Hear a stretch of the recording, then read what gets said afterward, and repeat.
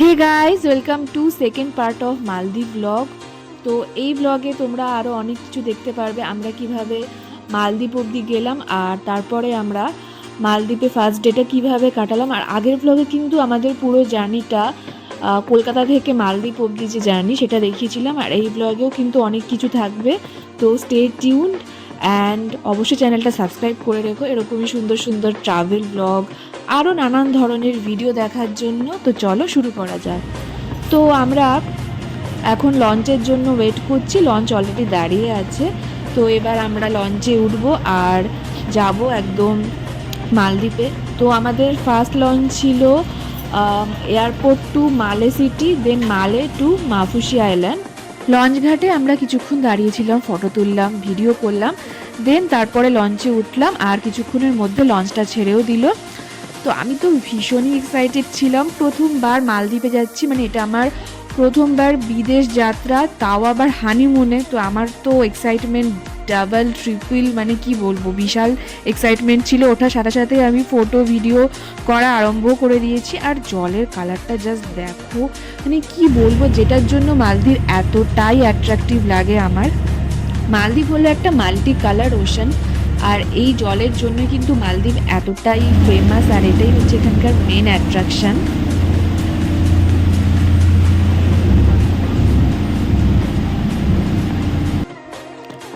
এইখানে কিন্তু জলটা পুরো নীল দেখতে পাচ্ছ। আর এইবার দেখো এখানে কিন্তু দু রকমের কালার দেখতে পাচ্ছ, একটা সি গ্রিন কালার, একটা ডিপ ব্লু, যেটা কিন্তু অসম্ভব সুন্দর লাগছে দেখতে। দীর্ঘ 1.5 ঘন্টা জার্নির পরে আমরা অবশেষে এলাম মাফুসি আইল্যান্ডে। আর আমরা যে হোটেলটা বুক করেছিলাম সেটা কিন্তু ফেরিঘাট থেকে একদমই কাছে, খুব একটা দূরত্ব নয়, প্রায় 5-10 মিনিটেই মোটামুটি পৌঁছে যাওয়া যায়।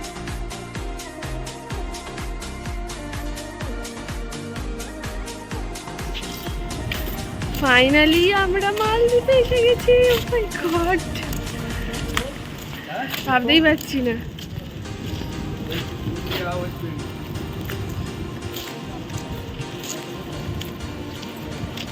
God, my dream destination, dream honeymoon place, ভাবতেই পারছি না। ফাইনালি স্বপ্ন পূরণের একটা ধাপ পূরণ হলো, খুব এক্সাইটেড। আর আমি ব্লগ করতে পারিনি থ্রু দ্য জার্নি, কারণ ভীষণ টায়ার্ড ছিলাম, টেনশনেও ছিলাম যে ঠিকঠাক সময় মতো সব কিছু করতে পারবো কি না। প্রথমবার আসছি আমরা দুজন, আর প্রথমবার ইন্টারন্যাশনাল ট্রাভেল করলাম একা একা, মানে একা বলতে আমার হাজব্যান্ডের সাথে। তো সেই জন্য একটু ভয়ও, মানে ভয়তেই ছিলাম, সেটাই স্বাভাবিক। ওয়াও, আর জায়গাটা আমার ভীষণ ভালো লাগছে। তো রাস্তা যেতে যেতে অনেক কিছুই দেখতে পেলাম এখানকার, যেমন একটা ব্যাংক, এটিএম, আর লোকাল যে শপগুলো ছিলাম সেগুলো দেখছিলাম। তখন ঢুকতে ইচ্ছা করছিল কিন্তু এতটাই টায়ার্ড লাগছিল।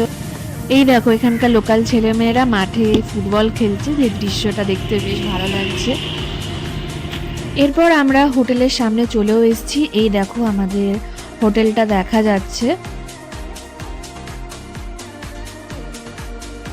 হোটেলে ঢোকার সাথে সাথেই এরকম সুন্দর একটা বালের মতো কাপে বা গ্লাসে, যাই বলো না কেন, ওয়েলকাম ড্রিঙ্ক পেয়ে গেলাম। এরপরে চলো তোমাদেরকে একটা ছোট্ট করে রুম ট্যুর দিয়ে দিই। বাট তার আগে বলে রাখি, রুমটার ভিডিও আমি ক্যামেরাতে করেছিলাম, আর ভুল করে সেটা স্লো মোশনে হয়ে গেছিলো। ক্যামেরাতে রেকর্ড করাকালীনই আমি সমস্ত কিছু বলছিলাম, কিন্তু যেহেতু স্লো মোশনে হয়ে গেছিলো তাই কোনো কথাই আসেনি, তাই আমি আবার ভয়েস রেকর্ডে সব বলে দিচ্ছি তোমাদেরকে।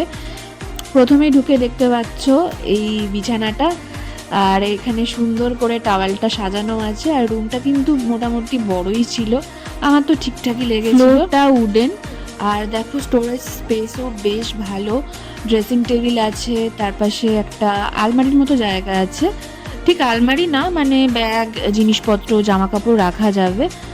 আর মিররটা মোটামুটি ঠিকঠাকই ছিল, ছোটও না বড়ও না। আর এখানে বিভিন্ন রকমের চা করার সরঞ্জাম দেওয়া আছে, জলের গ্লাস, জগ, চা পাতা, তারপরে ইলেকট্রিক কেটেল ছিল ওটা।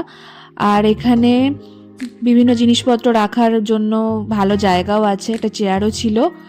আর এইখানে আমরা ব্যাগ ফ্যাগ রেখেছি। তারপরে এইখানে একটা টেবিল দেওয়া আছে, আর এটা হচ্ছে একটা লাইট, বেড লাইট, যেটা মানে কি বলবো, ওই ল্যাম্প হয়, নাইট ল্যাম্প টাইপের। আর ওই পাশেও আছে, অবশ্য ওই পাশেও একটা টেবিল আছে। তো স্টোরেজ বেশ ভালোই ছিল, জিনিসপত্র রাখতে কোনো অসুবিধা হয়নি। এটাও একটা ল্যাম্প, আর আলোটা কিন্তু বেশ জোরালো। আর বিছানাটা কিন্তু প্রচণ্ড নরম ছিল। হোটেলের বিছানা তো এমনি ভীষণ নরম হয়, তার জন্য বেশ ভালো লাগে হোটেলের বিছানাগুলো। আর এটা হচ্ছে ওয়াশরুম, ওয়াশরুমটাও ঠিকঠাক, তবে এখানে যদি একটা বাথটব থাকতো আরও বেশ ভালো হতো। তো যাই হোক, ঠিকঠাকই ছিল। শাওয়ার আছে, এখানে তোয়ালে রাখার জায়গা, এখানে হ্যান্ড ওয়াশ, ফেস ওয়াশ, তারপরে শ্যাম্পুও দেওয়া ছিল। আর এটা হচ্ছে বেসিন, আর একটা মিরর আছে। তো বাথরুমের জায়গা মোটামুটি ঠিকঠাকই। আর এইখানে মানে ড্রেসিং টেবিলের এই জায়গাটাতে একটা মিনি ফ্রিজও ছিল, যেটা আমরা পরে দেখলাম। তো এটাও বেশ ভালো, যে জিনিসপত্র রাখতে কোনো অসুবিধা হবে না, কোনো কিছু রাখার হলে খাবার আইটেম তো ফ্রিজে অলরেডি রাখতে পারবো। তো এটাও বেশ ভালো ব্যাপার। আর হ্যাঁ, হেয়ার ড্রায়ারও দিয়েছিল, এই দেখো পাশে রাখা আছে। তো সেটাও একটা বেশ ভালো জিনিস, যে শ্যাম্পু করার পরে চুল শুকাতে কোনো অসুবিধা হবে না। তো সব কিছু বেশ ঠিকঠাকই ছিল, শুধু প্রবলেম একটাই ছিল, যেটা আমি পরে বলছি। বাদবাকি মোটামুটি আমার তো ভালোই লেগেছিল হোটেলটার, মানে এই রুমটা বেশ পছন্দ হয়েছিল। অনলাইনে বুক করেছিলাম দেখে শুনেই, কিন্তু যেটা প্রবলেম হচ্ছে সেটাতে আসছি এবার। রুমটাতে কিন্তু একটা এলইডি টিভিও ছিল, যেটা তোমরা দেখতে পেলে, তার সাথে একটা ক্যাশ রাখার লকার মতো ছিল। আর এইবার তোমাদের দেখাবো ব্যালকনি, যেটা রুমের সাথে অ্যাটাচড ব্যালকনি। আর এই ব্যালকনিটার কথাই এতক্ষণ ধরে বলছিলাম। এখানে সমুদ্রের ভিউটা তোমরা দেখতে পাচ্ছ, যে একটু একটু দেখা যাচ্ছে, কারণ ব্যালকনির সামনেই একটা কনস্ট্রাকশনের কাজ হচ্ছে। কিন্তু আমি যখন রুমটা বুক করেছিলাম, তো সেখানে ব্যালকনির সাথে যে আমরা সমুদ্রের ভিউ দেখতে পাবো সেটা লেখা ছিল, কিন্তু কনস্ট্রাকশনের কাজ যেরকম হবে আর সেটার জন্য যে ভিউটা ভালো মতো আসবে না সেটা জানতাম না। তো এটাই একটা বাজে ব্যাপার। তো যাই হোক, আমরা বিকেলে বেরিয়ে গেলাম মার্কেটটা এক্সপ্লোর করতে, কারণ সেদিনকে তো আর করার মতো কিছুই ছিল না। ডে ওয়ানে আমরা অলরেডি এসছি বেলাতে, তারপরে এসে আমরা আবার ফ্রেশ ট্রেশ হয়ে বেরোতে বেরোতে প্রায় ওই বলতে গেলে সন্ধেই হয়ে গেছিল।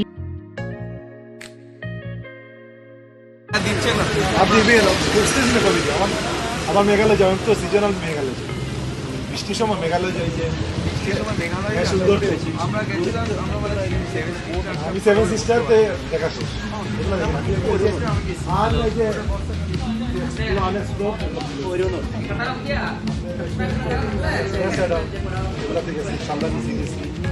আবার আপনি সামনেতে ইয়ে যাবো, আবার ফলস, ডাবল ডেকার ব্রিজ, খ্রিস্টাব্দে যাওয়ার যে লেগুনা, যেটা আছে যে ন্যাচারাল সুইমিং পুল, এটা। এখন আমরা মালদ্বীপ এক্সপ্লোর করতে বেরিয়েছি। কটা বাজে এখন? এখন বাজে 8:30। 8:30, মানে ইন্ডিয়াতে তাহলে 9টা বাজে। আধ ঘন্টার ডিফারেন্স, আধ ঘন্টা পিছিয়ে মালদ্বীপ ইন্ডিয়ার থেকে। সন্ধেবেলায় ফ্রেশ হয়ে চা খেলাম, বিস্কিট খেলাম, এরপর এখন আমরা এখানটা এক্সপ্লোর করছি। পিছনে পার্টি হচ্ছে চার্জেবল, আমরা এখানটা এক্সপ্লোর করব। আর কালকে করবো না পরে করবো ওগুলো দেখছি। কালকে অ্যাক্টিভিটি যদি করি তো সেটা কথা বলতে যাচ্ছি, সেটা বুক করবো আগে থেকে। তো সেটাই দেখবো যে কোথায় কতটা কমে হয়, কমে ভালো জিনিস হয়, সেটা যে দেখে বুক করবো।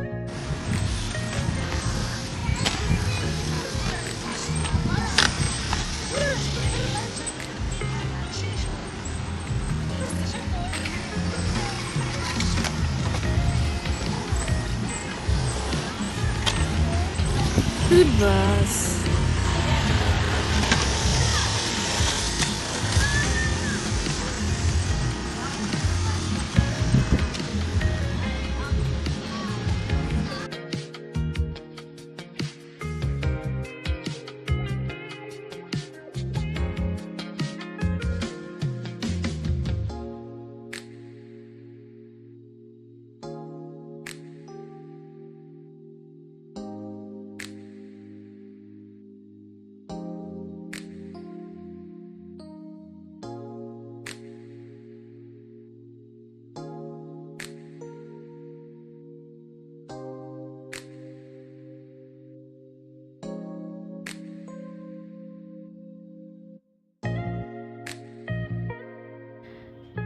এরপরে আমরা ওই জায়গাটা এক্সপ্লোর করার পরে এলাম অ্যাক্টিভিটিসগুলো বুক করতে। এখানে চেক করছি কীরকম কি প্রাইস, কারণ আমরা পরের দিন অ্যাক্টিভিটিসগুলো করব সেই জন্য। তো সমস্ত দোকান ঘুরে ঘুরে একটা জায়গা থেকে অলরেডি বুক করেছিলাম, তো সেটা তোমরা পরের ভিডিওতে দেখতে পারবে আমরা কি কি অ্যাক্টিভিটিস করলাম। এখানে আমরা অ্যাক্টিভিটিস বুক করতে এসেছি।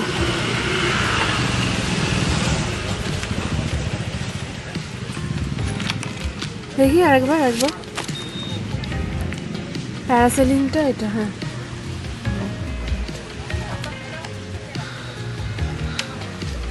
ফান টিউব,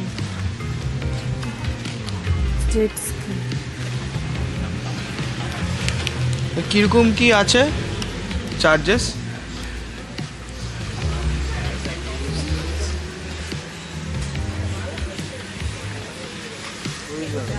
হ্যাঁ, হ্যাঁ, the package charges These are $120. Parasailing. Yeah, for আমরা কলকাতা থেকে রেডি টু ইট ফুড নিয়ে এসেছিলাম, তো সেটাই করলাম ইলেকট্রিক কেটেলে গরম করে, ওই ম্যাগি আর কি। এই যে আমাকে অঙ্গিরা বসু সাহা রান্না করতেছে, আমাকে লগে রান্না করতেছে, খাবার বানাইতেছে। এটা কি?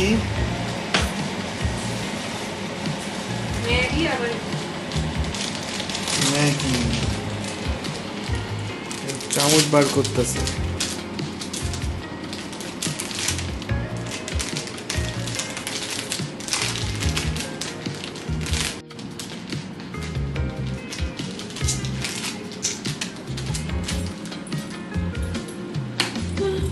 হয়ে গেছে, আওয়াজ হলো। হয়ে গেছে তো? বন্ধ করো। বাস বাস বাস। কিছু করতে হবে না। সো মালদ্বীপের সেকেন্ড পার্ট এখানেই শেষ, আর এরপর ডে 2তে আমরা কি কি করলাম সেটা থাকবে নেক্সট ব্লগে পার্ট 3তে। তো stay tuned for that and subscribe for more such videos. Tata, take care and thanks for watching.